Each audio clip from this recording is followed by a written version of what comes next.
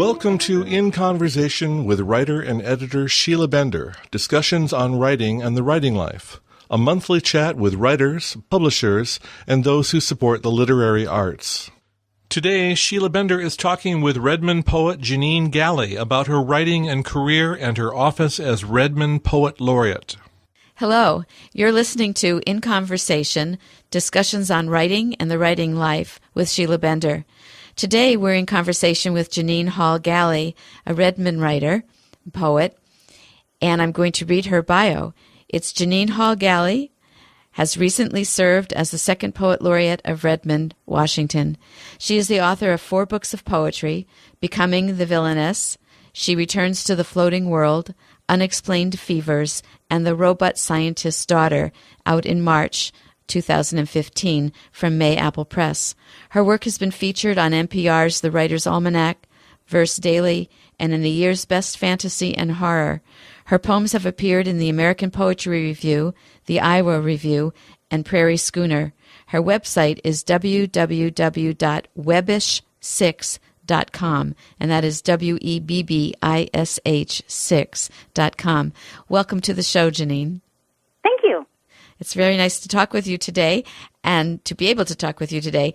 One of the things that strikes me as I read your bio is the fact that you've been published in the year's Best Fantasy and Horror. That's not something that I usually come across when I'm talking with poets. Do you want to tell us a little bit about that? Yes, I just got in the year's Best Horror Volume 6 for last year, too. So it is interesting to have poems in those kinds of anthologies. So how do you come to submit to those anthologies? They're usually picked out by the editor, so the editors are reading my poems in places where they've been published, and I do publish in speculative and science fiction literary magazines occasionally, so that's usually where they're finding them. Well, that's exciting, and a new avenue for poets to think about for marketing purposes, and a new readership. I mean, it seems to me a little unusual that people who read in that genre are reading poetry, so very exciting. I'm glad they're combing the poets. Yes, and I encourage a lot of poets to think about sending their work to those places, too, because they have a really active and enthusiastic audience. Great. I also, of course, am happy to be reading that you were the second Poet Laureate of Redmond. Are you still serving in that capacity? No, it ended around Christmas time last year. So it was a year's appointment? Yeah, about a year and a half for me. And what does it mean to be a Poet Laureate? So in Redmond, they actually pay you a small stipend.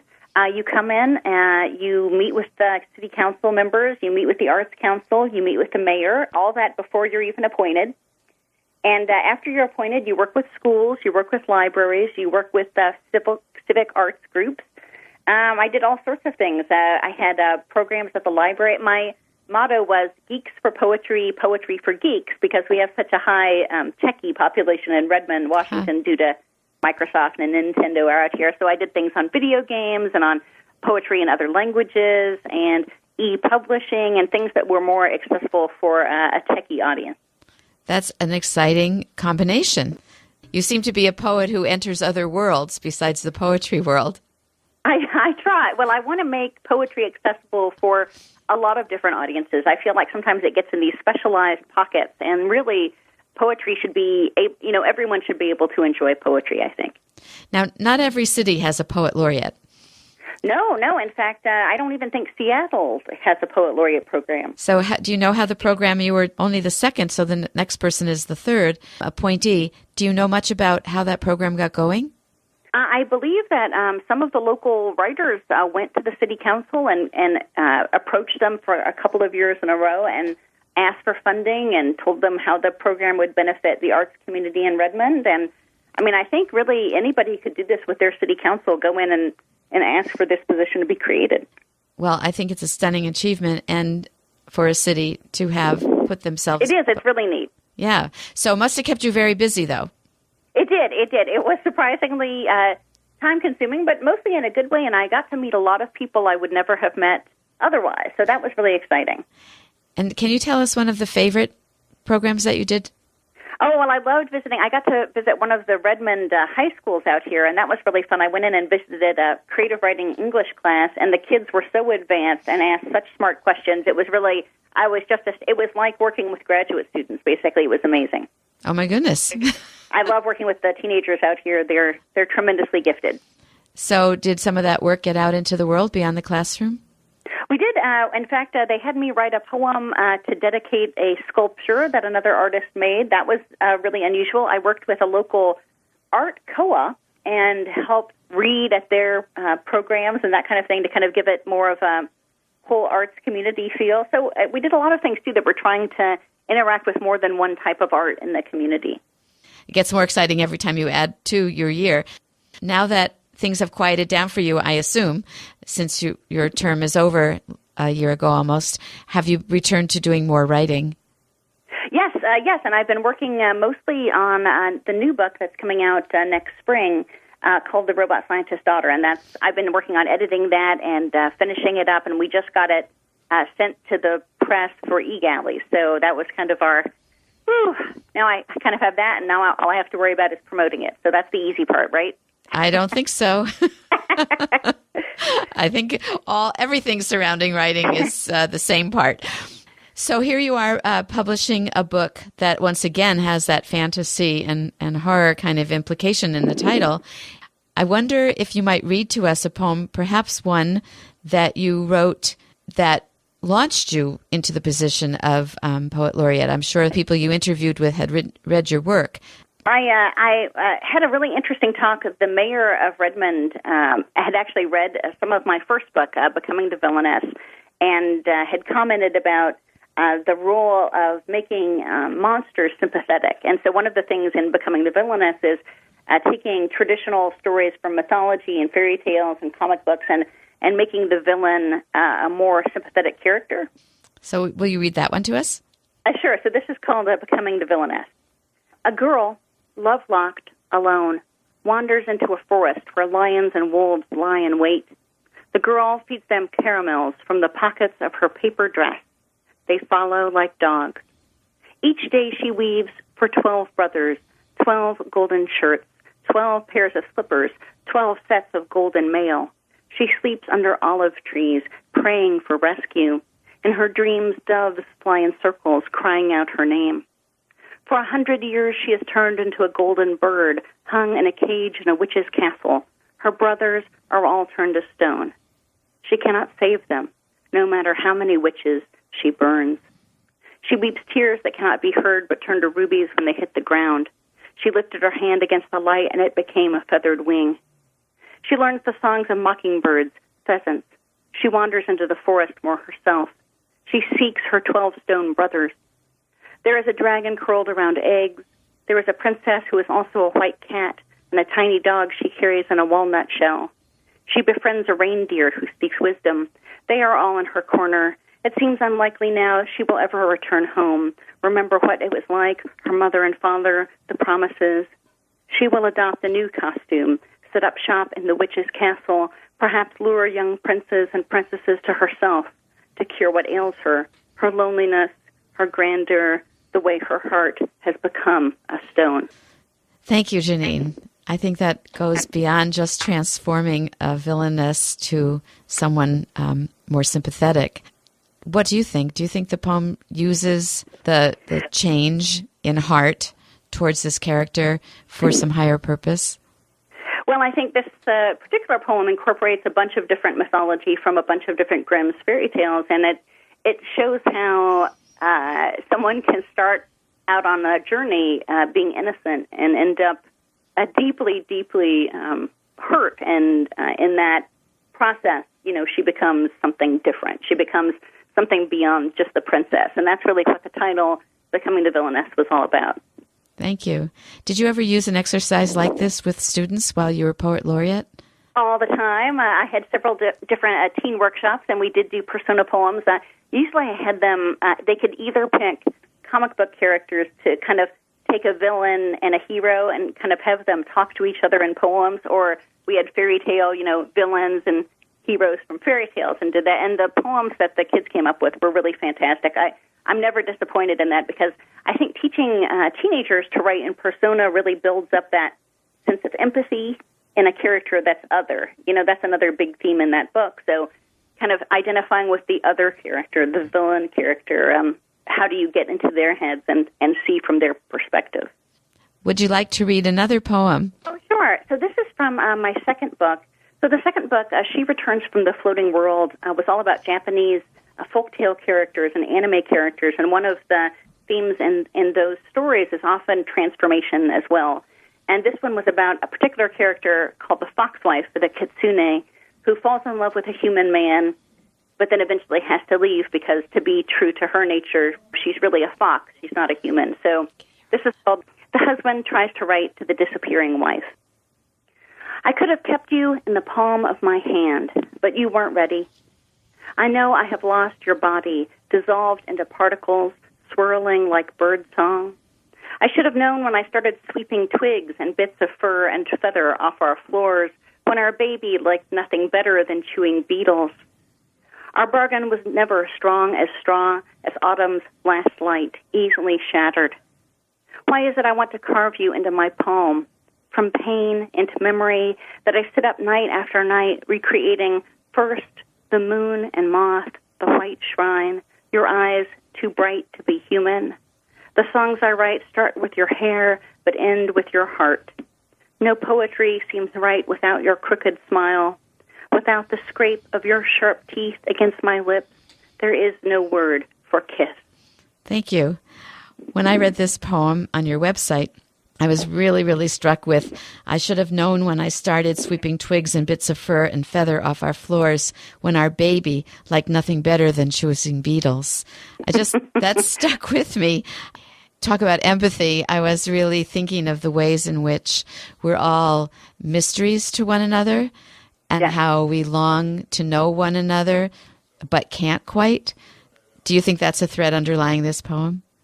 For sure. I think She Returns to the Floating World is all about, especially women, they just, because of things like childbirth and the kinds of things that men can't really relate to very easily, that a lot of times that we can feel like strangers to each other, that our stories don't always match. And so it was a lot about that and the ways that marriage can seem like it's between strangers even when you've been together for a long time. Right. Thank you. No poetry seems right without your crooked smile was one of those lines that I think relates to that. And I love the word tries in the title. The husband tries to write to the disappearing wife. In the trying comes this poem, which is just a really wonderful one. Thank you. Oh, sure. Thank you.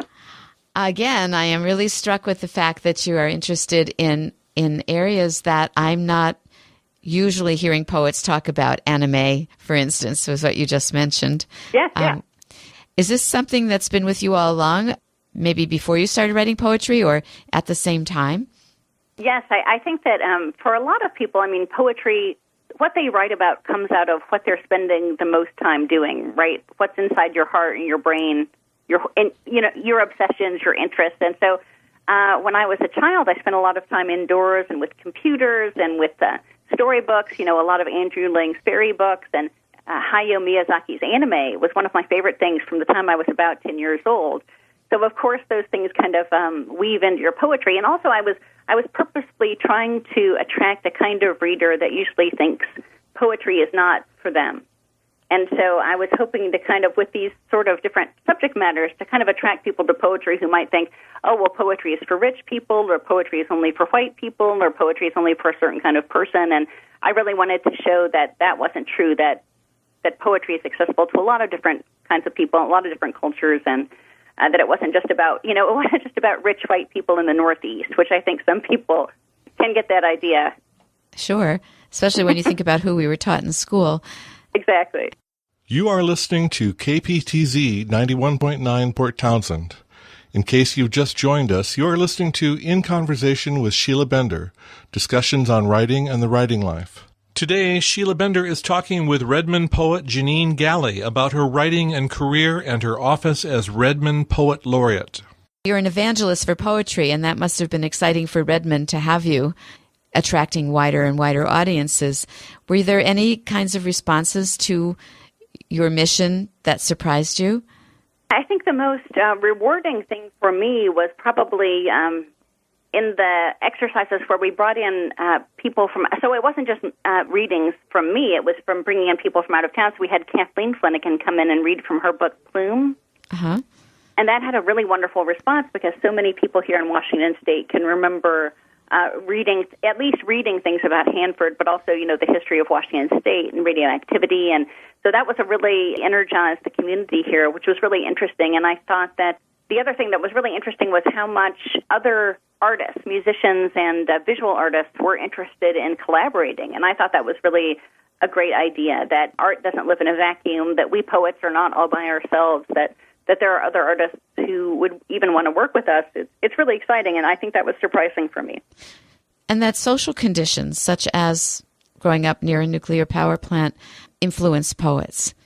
We think sometimes... that whole idea that Washington and my own hometown, Oak Ridge, Tennessee, that they were both, deeply influenced by things that we didn't really understand. There was deep history here of the atomic bomb and things that we may not have known totally about, that there was nuclear pollution in the groundwater or in the rain.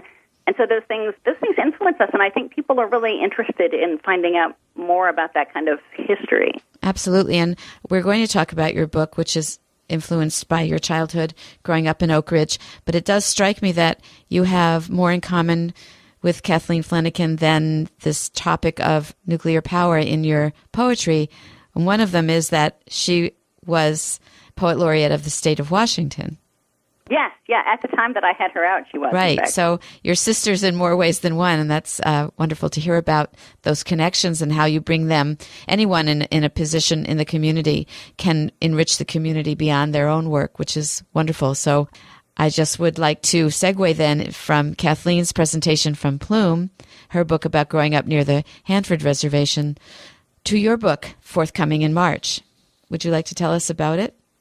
Sure. So it's called The Robot Scientist's Daughter because my father was actually a robotics expert, and I grew up around, robot arms and pieces of robots, and I learned to program when I was 7. Those things seemed really normal to me, and it occurred to me as I watched movies as a teenager that this was maybe not normal for other people.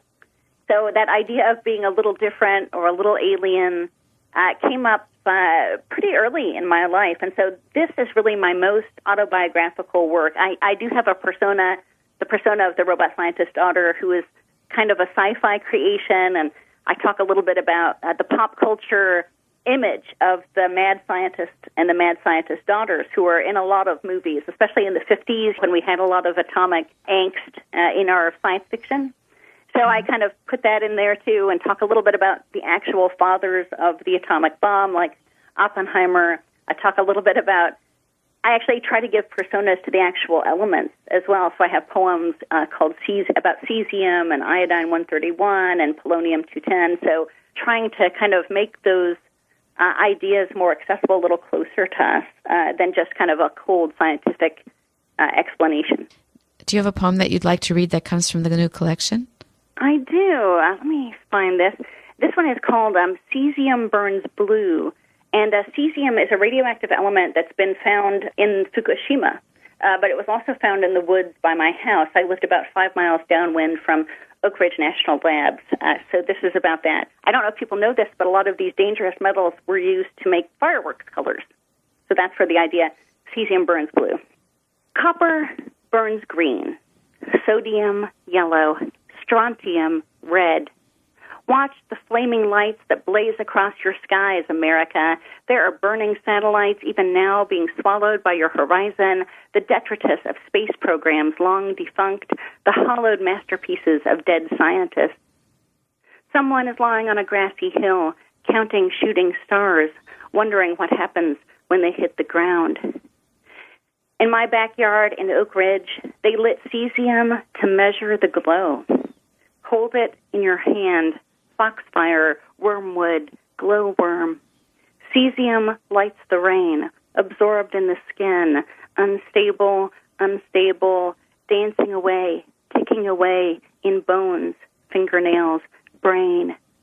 Sick, burns through, burns blue. Haunting. Not maybe the most uplifting poem, but I thought it was interesting to think about the repercussions of what scientists find interesting, and then sort of the repercussions of that down the line that maybe have consequences that weren't intended, that last a lot longer than people, obviously not at the beginning in the 30s and 40s. They didn't know that they were going to have these consequences that lasted for up to 1,000 years. So you're right. It is interesting to know and terrifying and beautiful in your hands in the art of your poem. But what do you think the outcome of reading your poems in this book might be for the reader? Well, I'm hoping that it makes the science behind atomic and nuclear energy, behind robotics, behind things, biology, botany, those things a little more accessible. Once again, I'm not just trying to evangelize poetry. I also want to make science feel a little bit more accessible to people. And I'm hoping that people have some fun while reading. Despite this poem, it does have some funny stuff going on as well with the pop culture imagery. And certainly my childhood was not this terrible childhood where I just felt the threatening, ominous idea of radioactivity all the time. I had a lot of fun growing up in the woods, and we went fishing, and there were bears and deer and all kinds of wildlife that we came in close contact with. And so there were a lot of wonderful, beautiful things about growing up in Tennessee, the Tennessee Valley, but there's also this underpinning of threat. And I think people in Washington State can identify with that, with Hanford being in their, what would you call, the village next door, kind of. Right. And then you and Kathleen both have another tie, which is your father's worked in those industries.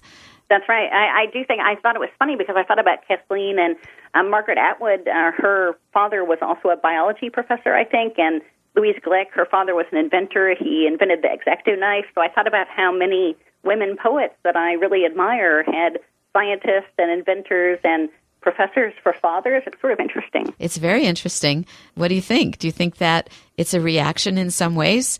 I do. Well, I think, sometimes it feels like my father lives in a different world. My brothers and I had a joke growing up that give him 10 minutes and he'll start talking algebra. So I think that these daughters are trying to communicate with their fathers, and one of the reasons poetry is so great is because it can kind of bridge these gaps in communication, right, between math and science and language. I think that's often what we're trying to do. Has your family gotten to read these poems before they come out? They definitely have. I sent them drafts early on and even talked about, hey, how is this going to affect you? My father had to sign many, many documents that said he wouldn't talk about his work at Oak Ridge. So it was pretty much a secret growing up. We didn't really know what he went in for. We didn't know what he was doing. We had a Geiger counter in our basement, and he explained the Geiger counter, and he had a card that he had to wear that measured his radiation dose each day when he went to work at Oak Ridge National Lab. So we knew there was something going on, but it was not clear exactly what was going on. And now I know he was working the idea that humans are very vulnerable to radioactivity. So the idea that the government had was try to create robots to help with that nuclear waste cleanup, which is a great idea, I think. Still a great idea, which we really don't have. They've never spent enough time and money and energy to do that, but it's totally possible to have robots handle the kind of cleanup that right now we're subjecting human janitors to, and the cleanup crew at Fukushima. Obviously they were sacrificing their own health to do that. So, Jeannine, what kind of response did you get from your family? Oh, mostly positive. In fact, we just finished watching, my parents live in Ohio. We both just watched the Manhattan series. It's a series about the birth of the Manhattan Project in Roswell, New Mexico, and it talks a lot about nuclear physicists, and it has overwrought teenage daughters and botanists and lots of things that were in my book. So we had a really good discussion about what was the government's role in that, what was the scientists' responsibility, did they know the consequences of what they were doing at the time, which the answer was mostly they knew something, but they didn't know enough. And so it's really interesting. We kind of have these conversations that are about ethics and about science and about the scientist's responsibility towards humanity, towards the earth. I went to an environmental law class when I was in my bachelor's of science, and they basically taught engineers to think, what is the cost of this in terms of money and in terms of human life, and how do you weigh those things? It was very cool. Yeah, well, you're going to be very busy promoting this book and talking about the impact of these kinds of things on our culture and on us as families and individuals. So I think that it's another good stroke for poetry that now poets like you can get out there and make a difference by telling in poetry personal stories and how those stories intersect with larger situations. So I'm really grateful that you were able to write your experience in poetry. And it seems to me that, and you said this was the most autobiographical of your books, that the times and you as a poet are ready. Do you feel that? I hope so. I hope so. I also hope that it's not just a depressing idea to talk about this stuff, that there actually is something we can do, that there are steps we can take, that there are still positive things we can do to help the status of what's going on, that we can prevent another accident like Fukushima from happening. Right. And certainly to know, I think, is better than not to know, which is why I, too, write poetry. Poetry knows. Poetry wants to know. And exactly. It's all about bridging those gaps, the gaps of knowledge and wonder and ideas and words. Right. Are there things that you would like to say about yourself or, as a poet, or something you'd like people to know about poetry? I've been talking a lot lately about what the practical value of being a writer is, and not everybody can make their entire living writing, especially poetry, right? It's very difficult to sell poetry, and so I've been talking to a lot of my friends about what are practical things they can do and other lines of work that these kinds of craft skills can lend themselves to, like journalism, like marketing writing, like technical writing, which I did for a dozen years. So that's been something interesting to come up. How can these newly minted MFA students coming out of programs where they spent $40,000 getting an MFA degree and they don't find the teaching jobs that used to be out there, they just find that they're not out there anymore. So what other kinds of things can they do? So that's been something I've been thinking about. How can we help each other out as a community? How can we help each other find work? And how to sustain the poetry world when it seems like, publishing is doing an awful lot of shifting right now with ebooks and the bookstore chains, Amazon, and all these things. So how do we sustain ourselves in that environment? So how do you get people together to do this? That's a good question. I think the Internet is a wonderful resource right now I find Facebook has a lovely community of supportive women writers. And online, even on Twitter, there's a community of poets on Twitter that we can all communicate with. So the idea that we're not just isolated, that we're not just alone, struggling with our rejection slips and trying to find work and trying to pay the bills and all these things, that it's more of a community effort, that we all have to help sustain each other, that it's not a vacuum. It's why I've been reviewing books for 10 years. It's why I do book reviews. They don't often pay a lot of money, but I believe in bringing attention to other people's poetry. It's one of the things I like to do. It gets me out of my own head, and it helps me to be open to work I might not have been open to otherwise. So that's something I encourage new poets to do as well, is go out and try to review a book of poetry, even if it's just on Goodreads or Amazon or something, kind of get those critical muscles working right. So you're saying, and see how you can appreciate other people's work and how that helps them. Right. You're saying that we should not shy away from using social media. I don't think so at all. I'm very... I would say the word is tech-friendly. I'm not as savvy as the 21-year-olds I meet who have all the social media stuff, but I'd say that Facebook, Twitter, even Tumblr and Pinterest, places like that where you wouldn't necessarily think poetry, if you go and search for certain poems, you can find them all over Tumblr, which is very strange to me, that these poems have another life out there on these social media existences, and people can find other people's poetry that way.